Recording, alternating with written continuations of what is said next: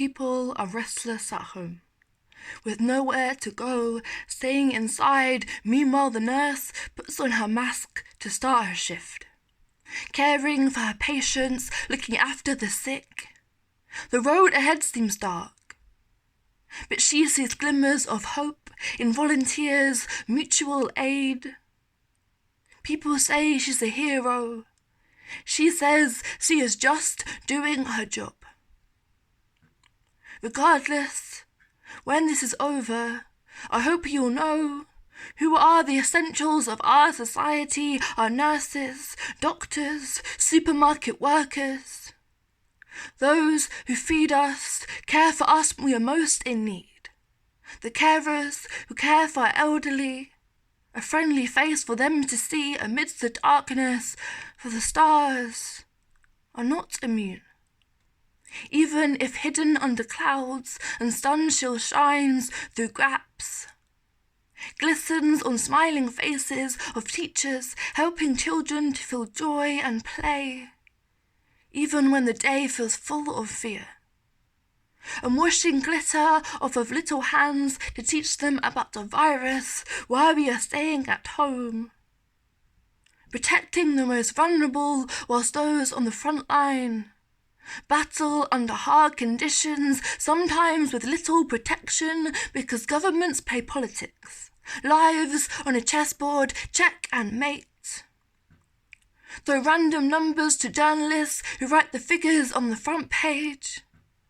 Whilst numbers rise and the curve increases in size, jobs cut, workers laid off, landlords demanding rent from tenants without a lifeline, and universal credit barely scrapes the sides.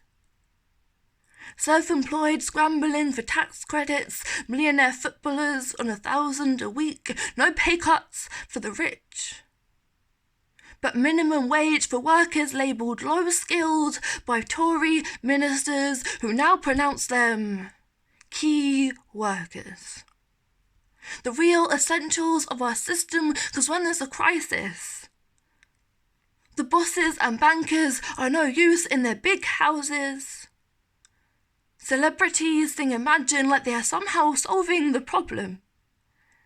Panic buyers panic buy bread and eggs. The old man on the corner has nothing for his supper. And someone shouting at the manager of the shop because there are no tissues on the shelf.